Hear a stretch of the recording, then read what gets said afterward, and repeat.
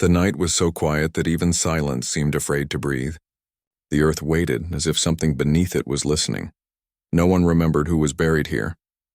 But every rune on the stone still pulsed, like a heart refusing to die. He wasn't supposed to be here. Yet something in the darkness had called him, something that knew his name. From beneath the tomb came a whisper, soft, trembling, and hungry. It was the kind of voice that remembers pain. The flame was alive. It did not flicker. It watched, and in its dark glow the boy felt seen by something older than time. It had waited centuries beneath the stone, not dead, only dreaming, only hungry. They once called themselves the Keepers of Shadows, a society that sought power by feeding fear itself. Something ancient had found its name again. The demon of the tomb was no longer sleeping. His tears froze before they could fall. Fear had a face now, and it was looking straight at him. When the eye opened, the night forgot its stars. Something older than death had finally awakened.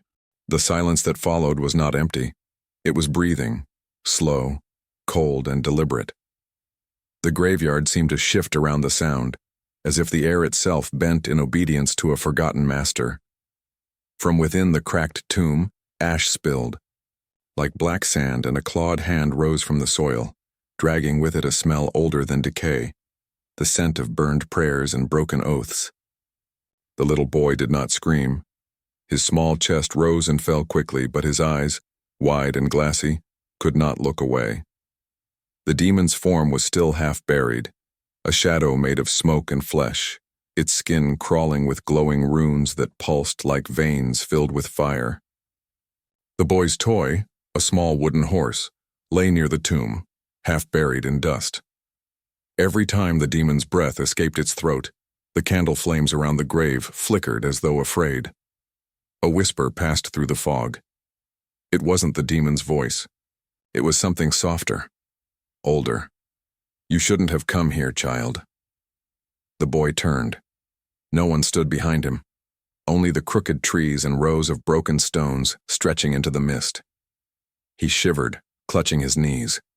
The ground vibrated again, and the tombstone nearest to him split clean in two. Then came the scream, not loud, but deep, like it was pulled from the earth's core. The demon's head rose, its eyes glowing brighter, casting red light across the boy's pale face.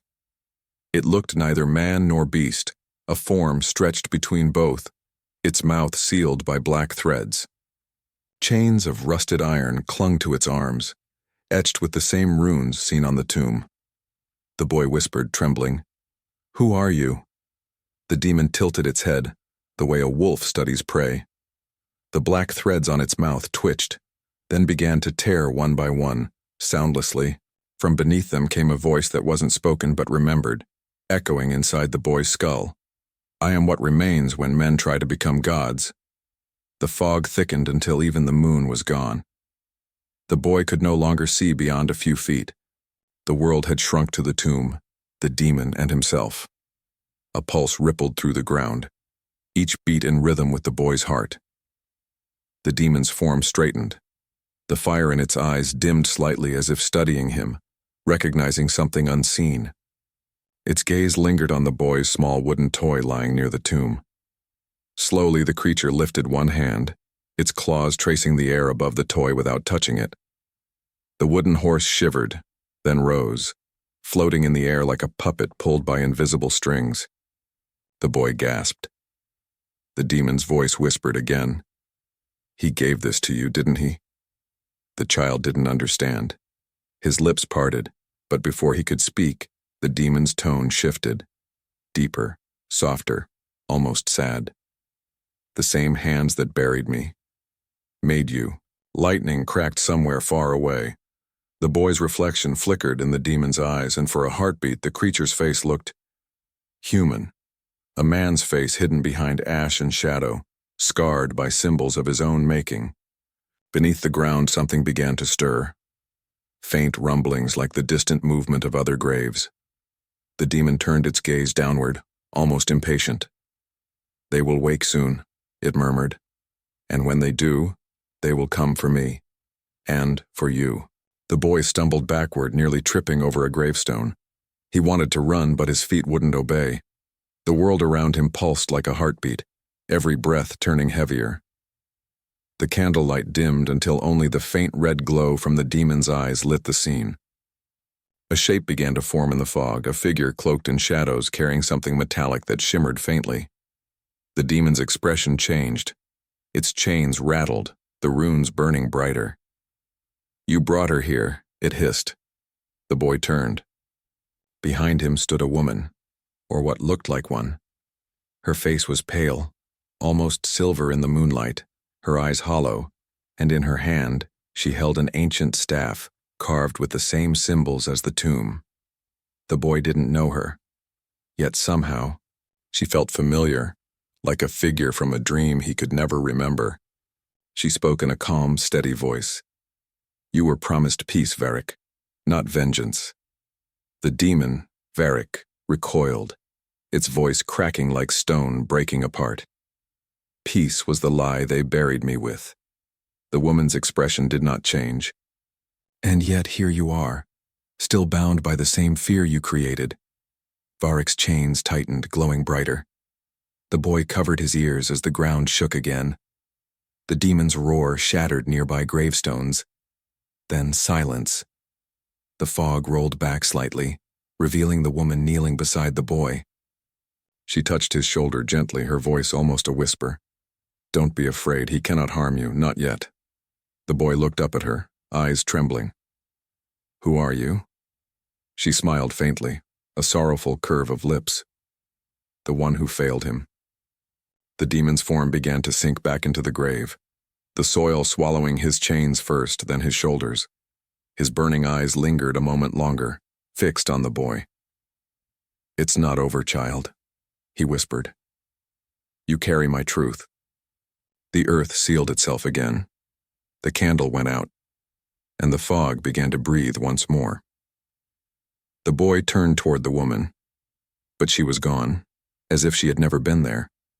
Only the wooden horse remained on the ground beside him, faintly glowing in the moonlight. And far beneath the earth, something continued to whisper his name. Morning came without sunlight. The sky was pale, sickly, as though the clouds themselves feared to look down upon the world. The boy, his name was Aaron, sat on the steps of an old village house that seemed smaller than before. His wooden horse rested in his lap, motionless, yet it felt heavy, warmer than wood should ever be. Every few minutes he glanced toward the forest beyond the hill on where the graveyard slept. He hadn't spoken of what he saw. No one would believe him. No one ever went near those grounds, not since the old chapel burned 50 years ago. But Aaron knew the difference between dreams and what breathes. The dirt still clung to his hands from where he had touched the tomb.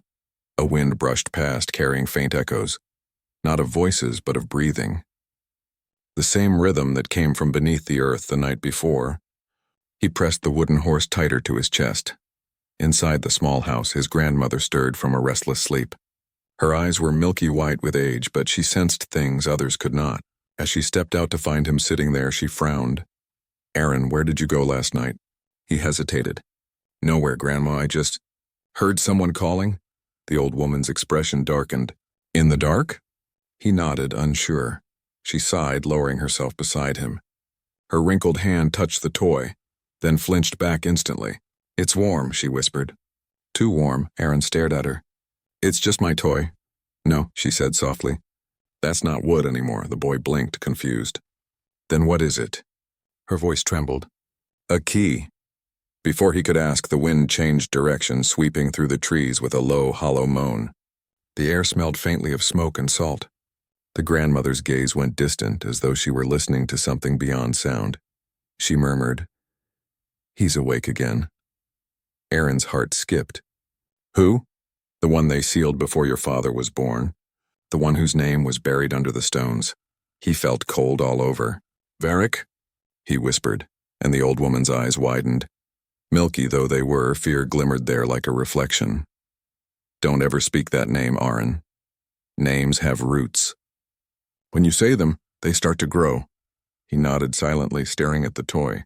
Its wooden surface pulsed faintly, a heartbeat hidden inside. That night, Aaron couldn't sleep. The house groaned under the weight of the wind, and the small candle beside his bed flickered even when the windows were closed. Somewhere in the dark, a whisper curled through the silence. "Aaron." He froze. "Why do you fear me, child?" He looked toward the wooden horse. It was lying still on his desk, but its shadow was wrong. Too long, stretching toward him even though the candlelight was dim. "Go away," he whispered. "You carry me," the voice said. Softer now. "I am part of you, as you are part of what they buried." Aaron pulled his blanket tighter around himself.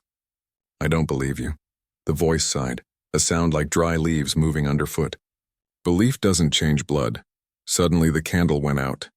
Darkness swallowed the room whole. Aaron's heartbeat filled the silence, and from within it came another, slower, heavier, older. The walls seemed to breathe. The shadows trembled like living things. The wooden horse slid off the table on its own and landed on the floor with a soft thud. Aaron leapt from the bed and backed away. But when he turned toward the door, it was gone. The walls had shifted. They were no longer made of wood, but stone. The floor beneath him was damp. The smell of earth returned. He was back in the graveyard. The tomb stood before him, its cracks glowing faintly, red mist curling from within. The fog swirled like a living sea, and there, near the tomb, stood the same woman from the night before, her silver eyes gleaming through the darkness. "You brought it with you," she said softly. Aaron clutched the toy, trembling. "I didn't mean to." "It doesn't matter," she whispered. "The link is made." "What does he want from me?" Aaron asked. The woman's expression flickered with sorrow. "He wants what was stolen, and you're the only one who can give it back." "I don't understand." "You will," she said. When the whispers stopped being words and become dreams, the ground began to tremble again. The tomb cracked wider, spilling red light into the mist. From within, Varick's voice echoed, low, deliberate, resonant like a heartbeat in the dark. "I can feel you now, child. Closer, closer." The woman turned sharply. "Wake up, Aaron." Her hand reached toward him, and the world shattered like glass. Aaron gasped awake, sitting upright in bed.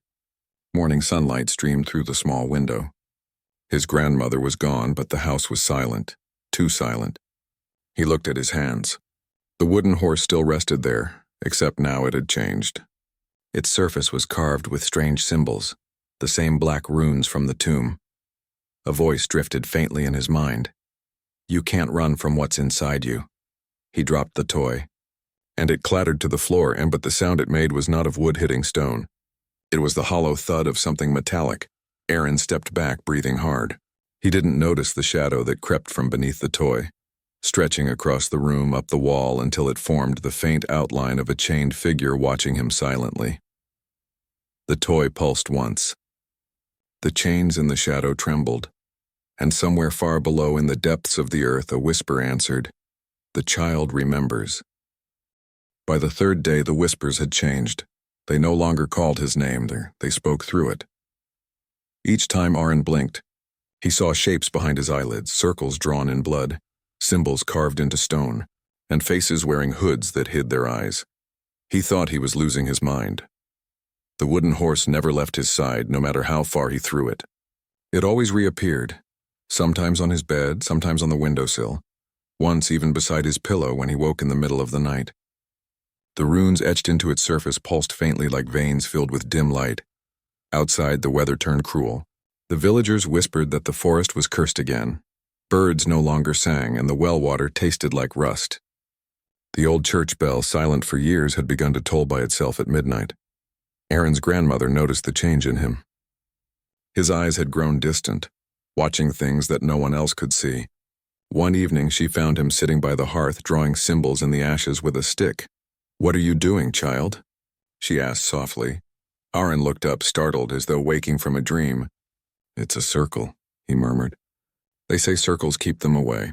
"Who says that?" He hesitated. "The voices," the old woman's breath caught. She took his hands in hers and whispered a prayer, one so old that the words cracked like dry wood. But as she spoke, the candle flame beside them turned black for an instant. Aaron looked at her. "It doesn't work anymore." That night sleep refused to come. He lay awake, staring at the ceiling, the toy resting on the table beside his bed. The shadows in the room seemed longer than before, white bending toward him, almost curious. When the clock struck midnight, the toy moved. It tilted slightly, then fell forward, landing upright on its 4 tiny legs. A faint hum filled the room. Aaron sat up, heart pounding. "Stop it," he whispered, but the hum grew louder. The air thickened. The walls began to ripple, not breaking but changing. The wooden planks turned to stone again. The ceiling stretched into an arch. The air filled with the scent of burning incense and blood. He was no longer in his room. A great stone chamber surrounded him, lit by torches that burned with green fire. 10 figures stood in a circle, their faces hidden under dark hoods. Between them lay an altar carved from bone, and upon it a man, pale, trembling, chained. Aaron recognized him. It was Varric. The hooded leader raised his hands. His voice echoed through the chamber like thunder in a coffin. "Through fear we are immortal. Through blood we are one." The others chanted the same words, their voices blending into a low vibration that made the ground tremble. The runes carved on the walls began to glow. One by one, the hooded men cut their palms, letting drops of blood fall into the cracks of the altar. Varric screamed. The sound wasn't human, it was pain given shape. The air itself split open, and a swirling darkness emerged, filling the chamber with shadows that writhed like serpents. The leader leaned closer to Varric and whispered, "You shall be the vessel." Aaron clutched his ears. The vision blurred, the chanting twisted, and for a moment he saw the leader's face, a face that looked almost like his own. Then everything collapsed.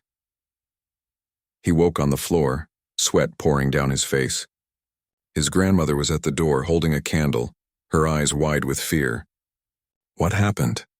she cried. Aaron tried to speak, but his voice was gone. Only one word echoed in his mind: vessel. By dawn, the forest behind their home was filled with fog. Strange shapes moved between the trees. Not solid, not spirit, but something between both. The villagers started leaving offerings by their doors, bread, salt, and ash, praying that the curse would pass them by. But Aaron knew the truth. The curse had already chosen him. That afternoon, he sat near the edge of the forest, staring at the wooden horse. It looked harmless again. No glow, no hum, just old wood. "Still," he whispered, "what do you want from me?" The wind shifted, carrying a faint voice. Varric's. To finish what they started. The trees bent slightly as though bowing to something unseen. Shadows moved across the ground, merging into a shape that looked like a doorway. Aaron rose slowly, drawn forward by a pull he couldn't resist.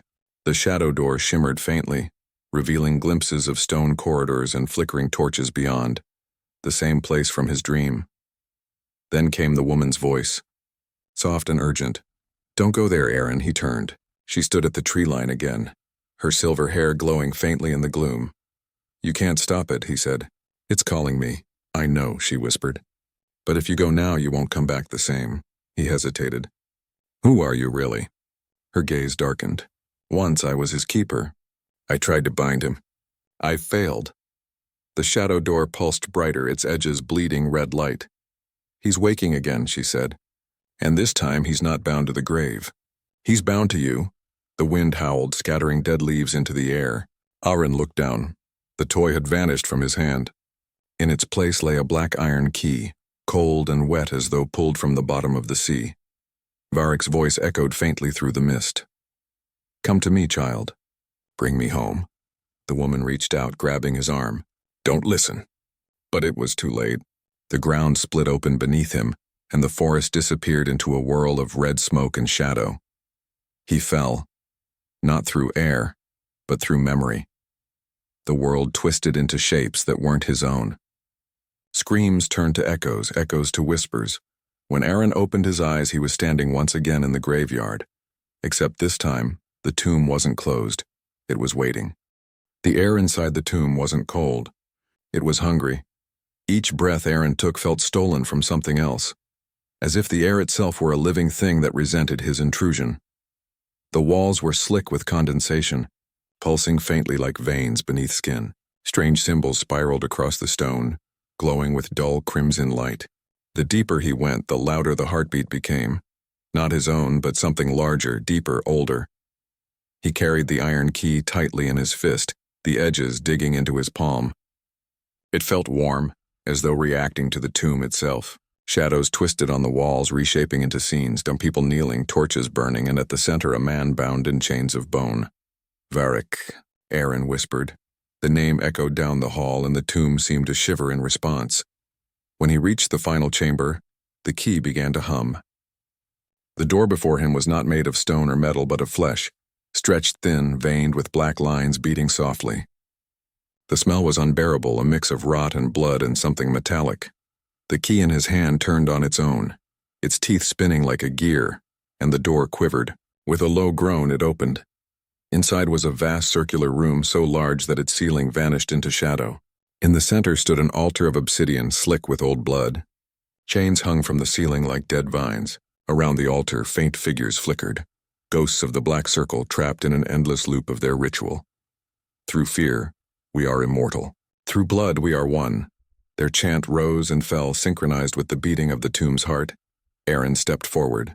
The ground beneath him rippled like water, revealing faces beneath the surface, faces of the children who had vanished, their eyes hollow, their mouths open in silent screams. He wanted to run, but his legs refused. The iron key pulled him toward the altar, glowing brighter with every step. When he reached it, a voice spoke behind him, calm, deep, and almost human. You came back. He turned. Varric stood there, half shadow, half man. His body was cracked like burnt wood, his skin shifting between flesh and smoke. His eyes glowed faintly with red fire, but there was a flicker of sorrow in them. I didn't mean to, Aaron whispered. No one ever does. Varric stepped closer. They made me to hold the darkness, to be its vessel, but they forgot. Even darkness hungers. He reached toward Aaron. You opened the door they sealed with fear. Now the world remembers. Aaron backed away, shaking his head. I don't want this. You were chosen long before you were born. The circle bound me to the bloodline of their first sacrifice. That blood runs in you. Aaron felt his heartbeat match the pulse of the tomb. A faint black mark appeared on his wrist, a spiral identical to the symbols on the walls. No, he gasped. That's not true. Varric's form flickered, splitting into two, the man he once was and the demon he had become. His voice deepened, echoing through both bodies. You cannot kill what was born from fear itself. The walls trembled. The faces beneath the floor began to scream, their voices merging into a single cry. The chains above the altar snapped one by one, falling like dead serpents.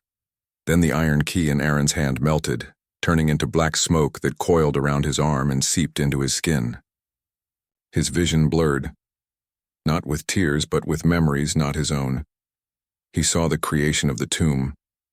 He saw the 10 members of the Black Circle carving symbols into their flesh, feeding the altar with their lifeblood. He saw Varric, a scholar who believed he could trap death itself inside a human form, and the moment it went wrong. We thought fear could be controlled, Varric whispered. But fear controls everything. The ghosts around them began to dissolve one by one. Their whispers filled the air like the flutter of 1,000 wings. Aaron, Varric said softly, the curse can end, but only if one of us stays behind. What do you mean? Varric looked at him with eyes that flickered between agony and peace. The door must have a guardian, someone to hold the darkness in place. If I leave, it will escape. If you stay, it sleeps, Aaron shook his head. I can't, I'm just a kid. You are the last blood of the circle, Varric said. Their sin is yours to carry. The ground split beneath them, revealing a chasm filled with swirling red mist. From it rose hands, skeletal, clawed, reaching. They grasped at Varric, tearing at what remained of his human shape. Run, Varric roared. Before it takes you too. Aaron turned and sprinted toward the entrance, the walls closing in behind him. The tomb howled like a dying beast. As he reached the threshold, he heard Varric's voice one last time. No longer monstrous, but almost gentle. Remember me as I was, not what they made me. Then the door slammed shut and silence fell. When Aaron awoke, he was lying at the edge of the graveyard. Dawn had broken, the fog lifting slowly. The tomb was sealed again. No light, no sound, only stillness. But when he looked at his wrist, the black mark remained, faint, but pulsing in rhythm with his heart. He felt something whisper faintly inside his mind. Not words, just presence. Varric was gone. But something of him remained. Aaron stood, staring at the tomb. The wind carried a soft murmur, almost like gratitude, almost like warning. And from deep beneath the earth he thought he heard a heartbeat. The sun rose pale and trembling over the valley, as though even light was afraid to touch the land. Aaron stood by the graveyard gate, mud clinging to his bare feet, eyes hollow with sleeplessness. He didn't remember how he'd come there, only that he had awoken at dawn with the taste of ash in his mouth and the faint echo of whispers humming behind his thoughts. The tomb was sealed, yes. But silence did not mean peace. When he pressed his fingers to the mark on his wrist, he could feel a faint pulse beneath his skin, too slow to be his heartbeat, too heavy to belong to him. Sometimes it felt as if something inside him was breathing. He told no one, not his grandmother, not the priest who visited to sprinkle holy water over the graves. They would not believe him, or worse, they would see what he was becoming. That night he dreamt of Varric. The man no longer looked monstrous. Instead he sat in a chamber of lightless stone, chains coiled around his arms, his eyes burning faintly like dying embers. "You escaped," Aaron said. "No," Varric replied. "You carried me with you." Aaron stepped back horrified. "Get out of me!" Varric's gaze softened. "I cannot. The bond is complete. When they made me a vessel, they tied my essence to blood. Your blood called me home." Aaron's surroundings began to twist. The floor turned to bones, the walls began to melt, and the air thickened with black smoke. "Every curse has a rhythm," Varric continued, his voice deepening. "You must learn its song or it will consume you." When Aaron woke, he was screaming. His grandmother burst into the room, frightened, but when she saw his wrist glowing faintly red, she froze. "What have you done?" she whispered. He couldn't answer. The mark pulsed faster, and faint lines of light spread from it across his arm like veins of molten metal. The smell of smoke filled the room, though nothing burned. The air shimmered, and for an instant Aaron saw shadows moving across the walls. Familiar shapes from the tomb, bowing, whispering, kneeling. He fell to the floor, gasping. The whispers grew louder, forming fragments of speech. "Blood remembers. The circle sleeps. The child bears the key." Then, just as suddenly, the voices fell silent. Days passed. The village began to notice changes. Crows gathered around Aaron's house every morning, their eyes reflecting pale red light. Dogs refused to approach him. Milk curdled when he entered a room. The priest returned, muttering prayers and sprinkling holy salt at the doorstep. But when he looked into Aaron's eyes, he stopped mid-sentence, trembling. "What did you see?" his grandmother asked. The priest's lips moved, but only a single word escaped. "Hollow." That night, Aaron ran. He couldn't stay there anymore, not when every face turned from him, not when the shadows whispered his name like a promise. He ran through the woods barefoot, guided only by the faint hum beneath his skin. The forest was darker than usual. Trees leaned in close, their branches forming shapes that looked almost human. The wind carried voices, fragments of Varric's chant and something deeper, older, colder. Finally, he reached the graveyard again. The tomb stood silent, unbroken, but when he touched the stone it felt warm. "You feel it too," Varric's voice murmured inside his mind. "The seal is weakening. I don't want it." Aaron cried aloud. "I just want it to stop." Then learned to command it. The mark on his wrist flared. The air around him shimmered like heat rising from desert sand. The ground cracked, faintly, gently, and from the fractures seeped tendrils of shadow curling like smoke. They did not attack.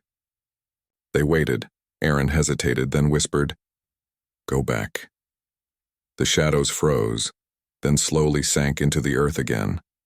The cracks sealed. The air cleared. For the first time, the whispers grew quiet. Aaron fell to his knees, shaking. I can control it." Varric's voice echoed softly, approvingly. For now, the days that followed blurred into one another. Aaron stopped eating. He stopped sleeping. The mark began to spread, faint black lines creeping up his arm and across his shoulder. Sometimes when he looked in the mirror, he thought he saw someone else's reflection, older, taller, with eyes like burning coals, and sometimes he could hear the dead. It began with faint cries in the wind, then whispers beneath the floorboards. But soon faces began to appear, transparent, half-formed, drifting through the corners of his vision. One evening, a small girl's voice spoke behind him. "Why did you wake him?" Aaron turned. A pale figure stood by his bed, no older than him, her eyes hollow but kind. "I didn't mean to," he whispered. "He was sleeping," she said softly. "Now the others will come." "What others?" "The ones he kept away." Then she was gone, fading into mist. Aaron ran to the window. The sky outside was black, though it was not yet night. Lightning flashed, illuminating the graveyard far beyond the hill. And in that single moment of light he saw movement around the tomb, dozens of shadowy figures circling it. He pressed his hand to the glass. "Varric, what's happening?" "The seal was never perfect," the voice replied. "The circle's blood called me, but their sins called something worse." "Worse than you?" "Older than me." Aaron stared at his reflection. The mark on his skin pulsed in rhythm with the thunder. He whispered, "What am I becoming?" "A bridge," Varric said, "between what lives and what should never have lived." That night, as rain lashed against the windows, Aaron returned to the graveyard. He couldn't fight the pull anymore. The tomb called to him like a heartbeat in the soil. When he reached it, the fog parted. The same woman with silver hair stood there, her face lit by ghostlight. "You came," she said. "I can't stop it," Aaron answered. "It's inside me," she nodded. "Then the seal has begun to break, and when it shatters, the world will remember the circle." She stepped closer, placing a cold hand on his chest. "But you are not lost yet. There's still a choice." He looked up at her. "What choice?" Her eyes glowed faintly. "You can become the guardian, or the gate." The wind howled around them, carrying the smell of smoke and stone and memory. Aaron felt the mark burn against his skin. His voice shook. "What happens if I choose wrong?" The woman smiled sadly. "Then the world ends in whispers." The storm didn't stop for 3 days. It howled across the valley like something alive, tearing branches from trees, flooding the old roads, and drowning the church bells beneath endless rain. But in the graveyard, the tomb remained untouched, dry, silent, and pulsing faintly with a light that came from within. Aaron stayed near it, soaked to the bone, refusing to return home. His grandmother's voice had vanished from his memory. All he could hear now was the rhythm of the tomb. It matched the pulse beneath his skin perfectly, a double heartbeat echoing between earth and flesh. The silver-haired woman stood near the old statues, her robes plastered with rain. She didn't try to speak at first. She simply watched him as though waiting for the storm to tire of its rage. Finally, she said, "The door is weakening." Aaron nodded, eyes glassy. "I can feel it." "Then you know what comes next," she said. "The others." "Yes," she whispered. "The ones who forged the circle. Their souls were never freed. They fed on Varric's curse. When you bound yourself to him, you woke them." Aaron's hand trembled. The mark on his arm was spreading faster now, branching like black lightning across his skin. "How do I stop them?" "You don't stop them," she said. "You become what they feared." That night the world changed. The storm broke with a sound like cracking glass. Every window in the village shattered. The sky turned the color of dried blood. The graveyard glowed faintly red, and the ground began to move. Graves sinking, stones splitting, roots curling like veins through the mud. The air was filled with whispers, not one voice but hundreds. They spoke in an ancient tongue that bled into the air like smoke. Aaron stumbled backward as the earth before the tomb began to tear open. From the chasm rose 10 shapes, cloaked, faceless, moving like shadows through water. The black circle had returned. Their robes dripped with rot and time. Their hands burned with faint blue fire. The leader, taller than the rest, carried an iron staff crowned with a symbol. The same spiral burned into Aaron's wrist. "The vessel returns to the flame," he said. "Through the child." "The seal is undone," Aaron's voice shook. "Why me? I didn't ask for this." The leader stepped closer. Beneath his hood, Aaron saw eyes that mirrored his own. "Because you were born from what we left behind. You are our echo, our inheritance, our sin-made flesh." The air rippled, and Varric's voice rose from within Aaron, faint, furious, defiant. "You used me. You made me your prison." The circle turned their hollow faces toward the boy, unbothered by the voice echoing through him. "And now you shall make ours," they said. Lightning split the sky. The earth shook violently, and the tomb cracked open. Not like a door this time, but like a wound. Black light spilled out, and from within came the sound of countless screams. The silver-haired woman appeared beside Aaron, her eyes burning white. She raised her hands, chanting in the ancient language. For a moment the circle faltered, their forms flickering like dying candles. She turned to Aaron. Now, you must choose guardian or gate. I don't understand. If you stand against them, you become the seal. If you yield, you become their doorway. Aaron looked down at his arm. The black veins were now glowing red, moving beneath his skin like fire trapped in glass. His heart pounded with two rhythms, one human, one ancient. He screamed, dropping to his knees, clutching his chest. The air around him warped, bending inward as though the world itself were being pulled toward his heartbeat.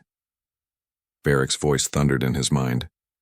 You cannot fight them with fear. You must become what they fear. What's that? Aaron gasped. Freedom. The ground split again and the circle advanced, chanting, Through fear we are immortal. Through blood we are one. Aaron rose slowly.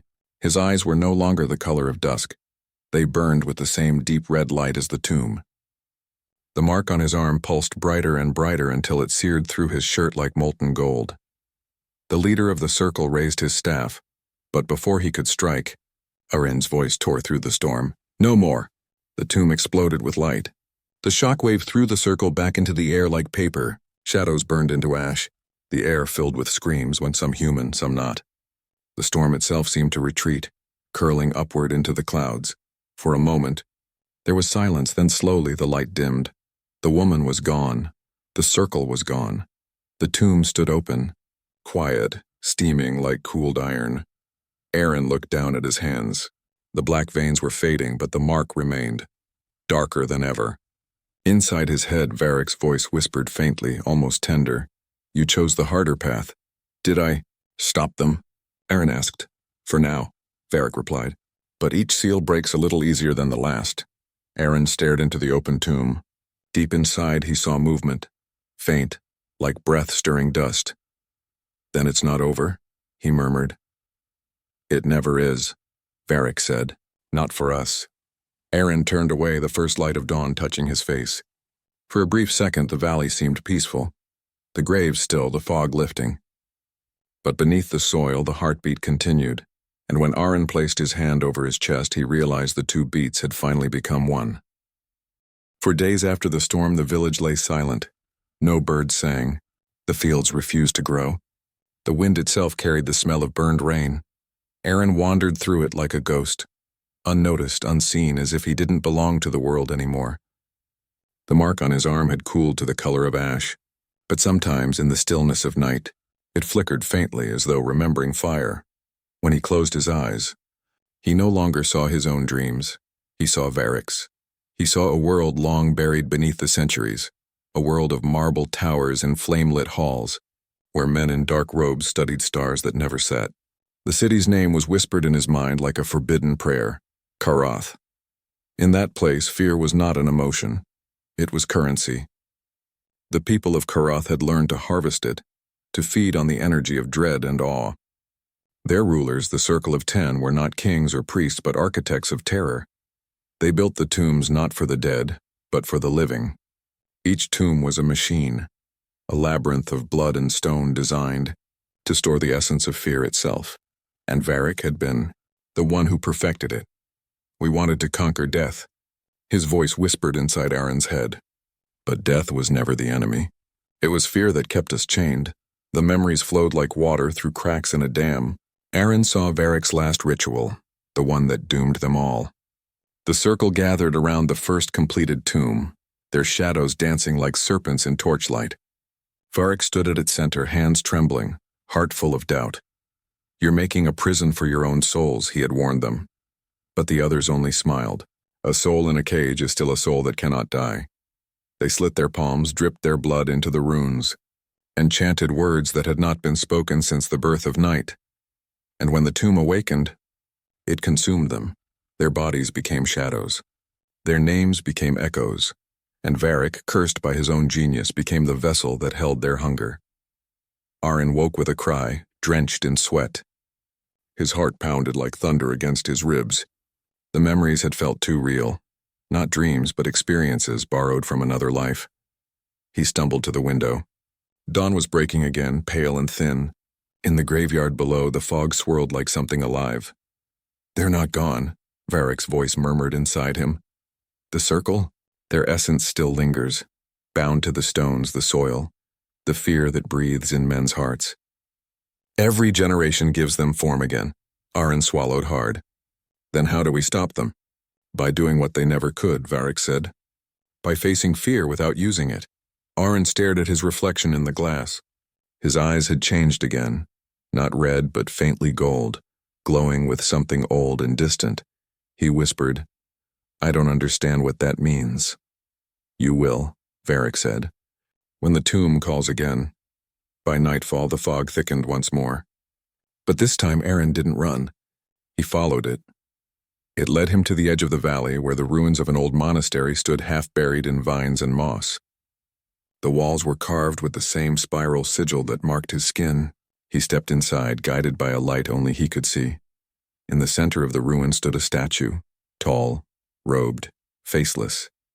Its hands held a bowl filled with black sand. As Aaron approached, the sand began to move, shifting into shapes, faces, symbols, fragments of forgotten scripture. He touched it. The world fell away.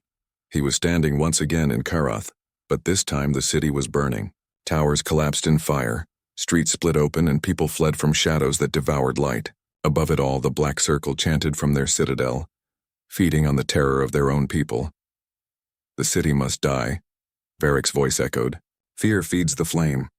The flame must end." Aaron saw Varric carry a child through the fire, a boy with a mark just like his own. He placed the child inside a glowing tomb and whispered words of sealing. "One day when the world forgets us, this blood will awaken again." Aaron gasped. "The child, that was me, not you," Varric corrected. "But the beginning of you." The vision shattered. Aaron fell to his knees in the ruin, gasping, the sound of burning still in his ears. The statue before him had cracked open, and inside its hollow chest, he saw something glimmering, a fragment of obsidian, shaped like a heart. He reached for it. It pulsed once, twice, then fused into his palm like liquid fire. The mark on his arm flared to life, and Varric's voice roared within him, not in anger, but in revelation. "You are the last heir of Karath. The tombs were built for you." Aaron staggered backward, the walls trembling. "Built for me?" "To keep what you are contained. To hide what the circle created, the child of fear and flesh, the one meant to bridge life and death." Aaron fell to his knees, clutching his head. "No, I'm not one of them!" But the truth sank deep, colder than any curse. The tombs weren't prisons for the circle. They were cradles for their legacy, and he was its final form. Outside, the moon rose red. The fog over the graveyard began to churn again. From the cracked soil, faint figures began to climb, fragments of the circle reborn drawn to their last vessel. Aaron looked down at his hands, trembling.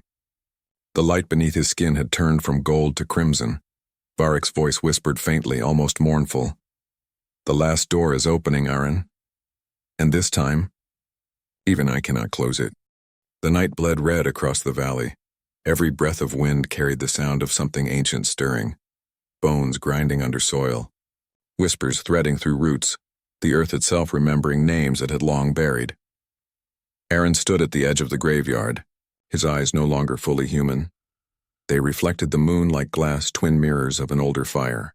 The mark on his arm glowed through his skin, veins tracing sigils that pulsed in rhythm with the heartbeat of the ground beneath his feet. The voices came first. "Karath remembers, our heir has risen. The circle is one again." The fog thickened, swirling into silhouettes. Men and women cloaked in the fragments of ritual robes, their faces hollow, their forms stitched together by smoke and memory. Their eyes burned like candle wicks, tiny flames of the same cursed light that lived inside him. Varric's voice trembled inside his head. "Do not look at them, Aaron. They are shadows of thought. They will try to claim you with memory." But Aaron couldn't look away. There was a terrible beauty in their presence. The symmetry of their movement, the unity of their decay. They circled him as if in worship, as if in hunger. The tallest among them stepped forward, her voice soft as silk yet sharp as a blade. "Our child returns to the cradle. The tomb awaits completion." Aaron shook his head. "I'm not your child." The figure smiled, though her lips didn't move. "You are the end of fear." and the fear of the end. You are what we built to survive eternity. The ground cracked open. The tombs all around began to hum, low and resonant like 1,000 heartbeats buried under stone. The sound grew louder, trembling through his bones until he could feel it beneath his skin. Varric's voice roared in defiance. You turned death into an empire. You chained souls in terror to keep yourselves alive. The woman's hollow gaze turned toward him, her voice echoing both inside and outside Aaron's skull. And yet, Varric, you helped us build it. You were the first to carve the gate. The first to speak the word that binds. Aaron stumbled back, gripping his head. The visions flooded in. Varric, younger, standing with the circle, etching runes into obsidian slabs, chanting with trembling lips. His face twisted with both genius and guilt. No, Aaron whispered. You were one of them? Varric's voice faltered. I was, once, until I saw what we'd done. The air turned cold. The shadows closed in. Then you shall both return, the circle said as one. Air and maker, vessel and voice. The tomb must be whole. The earth split beneath Aaron's feet. From the fissure rose a black structure, a massive circular chamber carved entirely from obsidian, pulsing faintly with light. The final tomb. Its surface was alive, runes crawling like insects, whispering in forgotten tongues. Inside, something vast moved like a heartbeat trapped in stone. Aaron's knees buckled. His body began to tremble violently, every muscle tensing as if pulled by invisible strings. His skin burned. The mark on his arm spread like wildfire, climbing his chest, his neck, his face. They're pulling you in, Varric shouted. Fight it. I can't, Aaron gasped. It's inside me, it's calling me. Because it is you, the circle whispered. The tomb was carved in your image. You were born to return. Aaron's mind split open. He saw flashes of every lifetime that had carried the mark.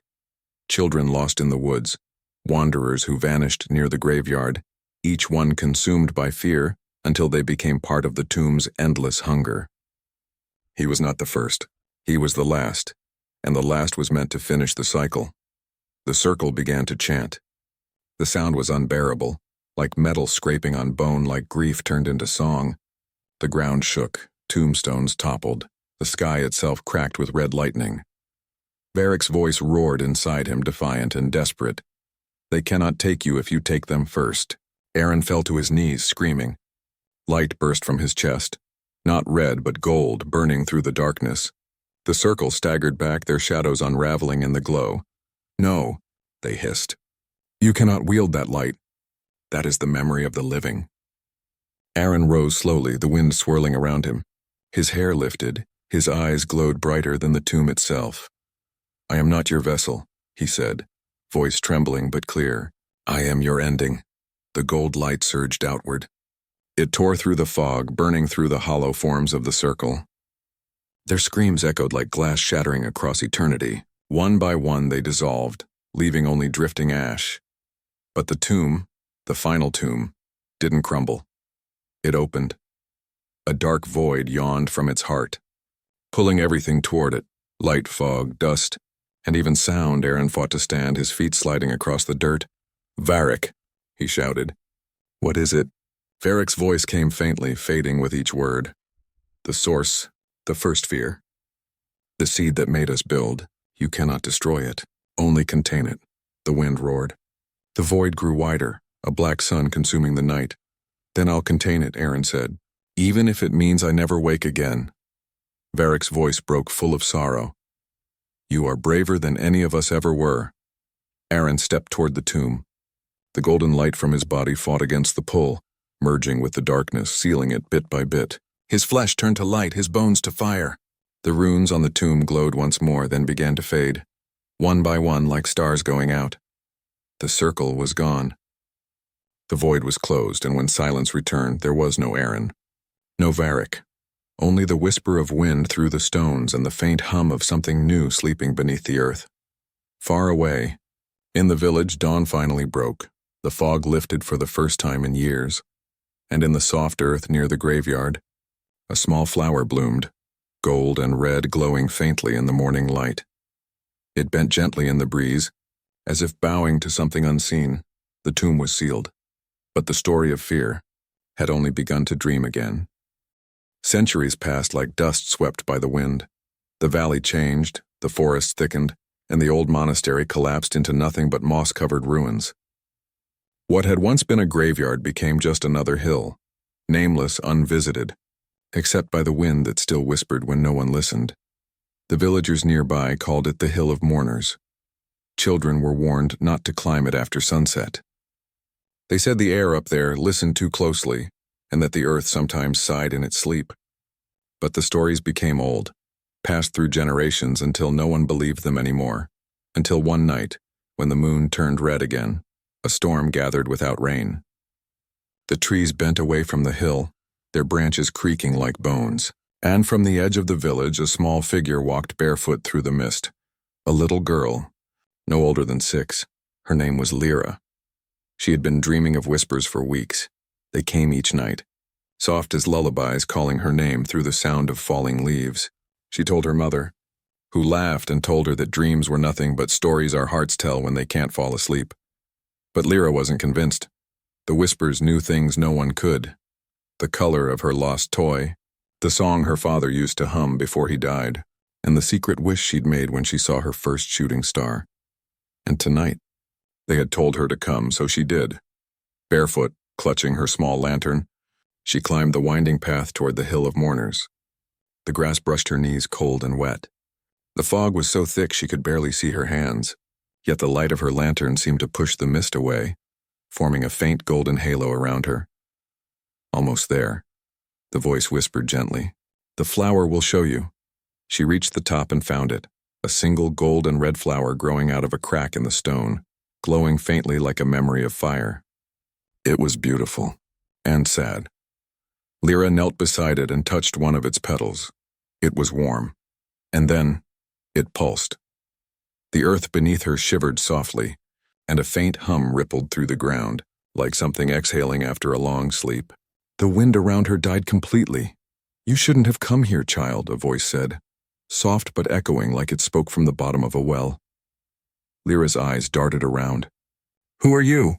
The voice sighed. "A dream, a mistake, a promise." The flower's glow deepened, and from its light rose the faint outline of a boy, older than her but not by much, with eyes like pale gold, and a face full of sorrow. "My name was Aaron," he said. "Once."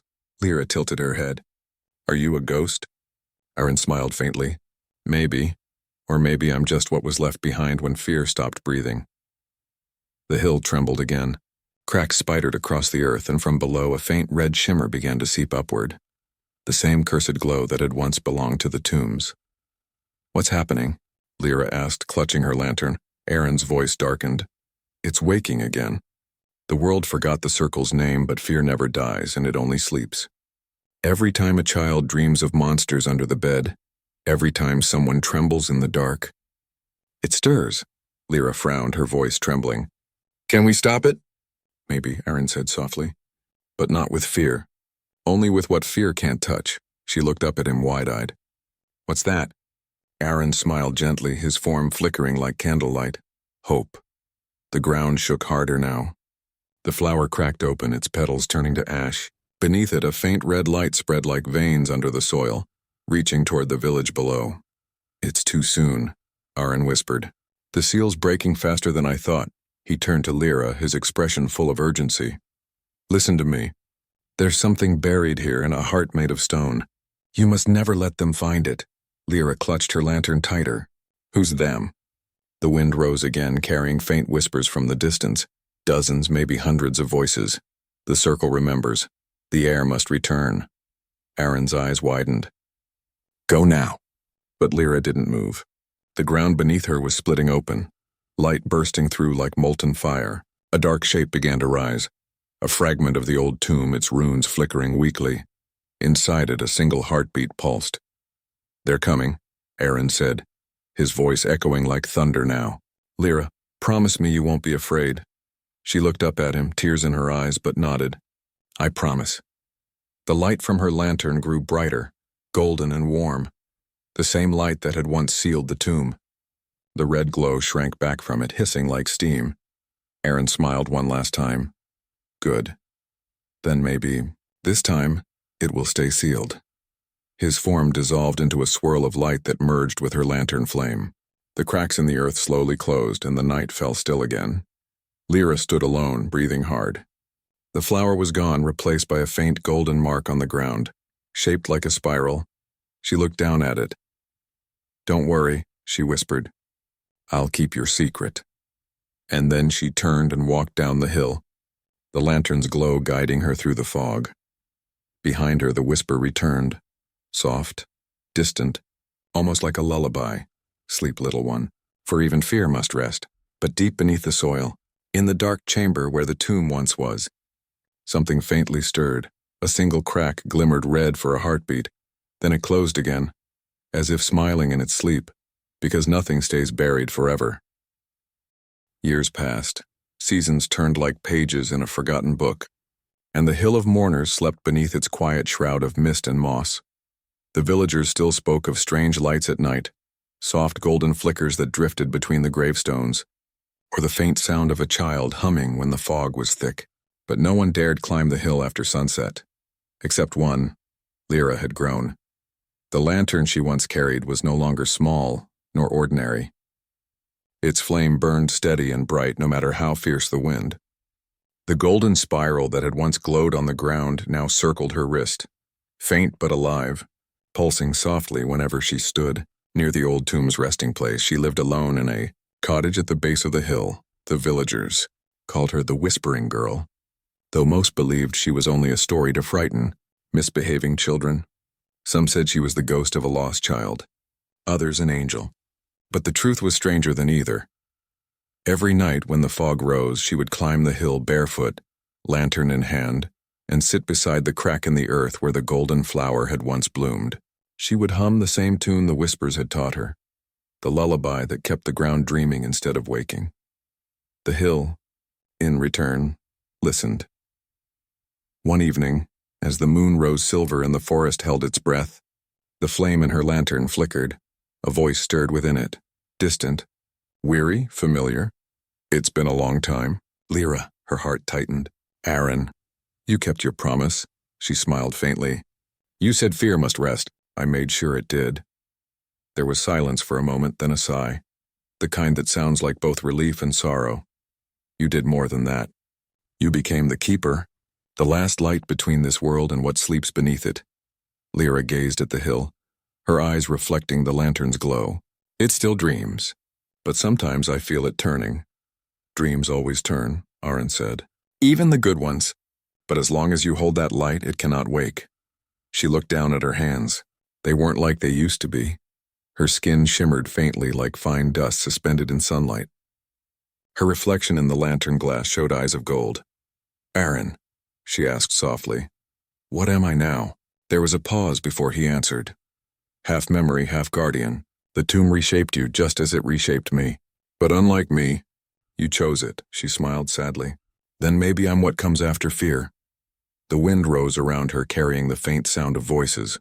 Not screams this time, but sighs, murmurs, fragments of stories half remembered. The dead were whispering and the hill was listening. Below, in the village, time moved on. Children grew, fields flourished, and no one remembered the Circle of 10 or Kurath, or the curse that had once fed on their terror. But every generation still told one story, the folktale of the Golden Hill. They said if you climbed it on a moonless night and listened closely, you could hear a girl singing to the earth. And sometimes, only sometimes, the earth would hum back. One winter, when the snow fell thick and the sky turned white, a stranger came to the village. He was tall, wrapped in a dark coat, with eyes that glowed faintly red beneath the shadow of his hood. He spoke little, but his presence drew the cold with him. The villagers avoided him, whispering that he was a grave digger, or a spirit. But one evening as he passed the inn, a child tugged at his sleeve and said, "You're going to the hill, aren't you?" The man smiled, slow and sad. "Yes, why?" the child asked. "To pay an old debt," he said, and walked on. That night, as snow drifted across the silent hill, Lyra stood beside the old tomb. The lantern's light carved a circle of warmth around her. She heard the crunch of footsteps behind her and turned. The man stood there, frost clinging to his coat. His eyes met hers, red and gold, flame and dawn. She didn't need to ask his name. Varric, she said quietly. He nodded once. I wondered if you'd remember. I remember everything, she said. Aaron's voice, the circle's fall, the promise I made. Varric's expression softened. Then you know why I'm here. Lyra lowered the lantern slightly. It's stirring again. He nodded.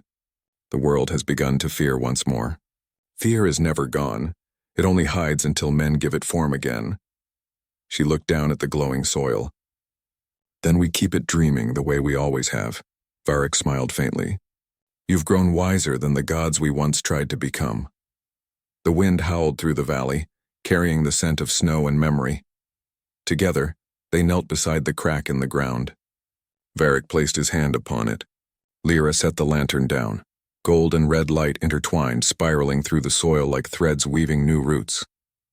The ground calmed. The hum faded, and for the first time in centuries the hill truly slept. When dawn came, the stranger was gone. Only Lyra remained, standing beneath the bare trees, her lantern dim but warm. She whispered softly to the morning air, Sleep, Karath. The world will not remember your fear today. She turned to leave. The hill glowed once, a pulse gentle as a heartbeat, and then fell silent. As she walked down the path, a child's laughter echoed faintly from the village below. Lyra smiled. The curse had become a lullaby, the monster had become a myth, and the myth had become peace. When the eye opened, the night forgot its stars, but when the heart awakened, the stars remembered how to shine.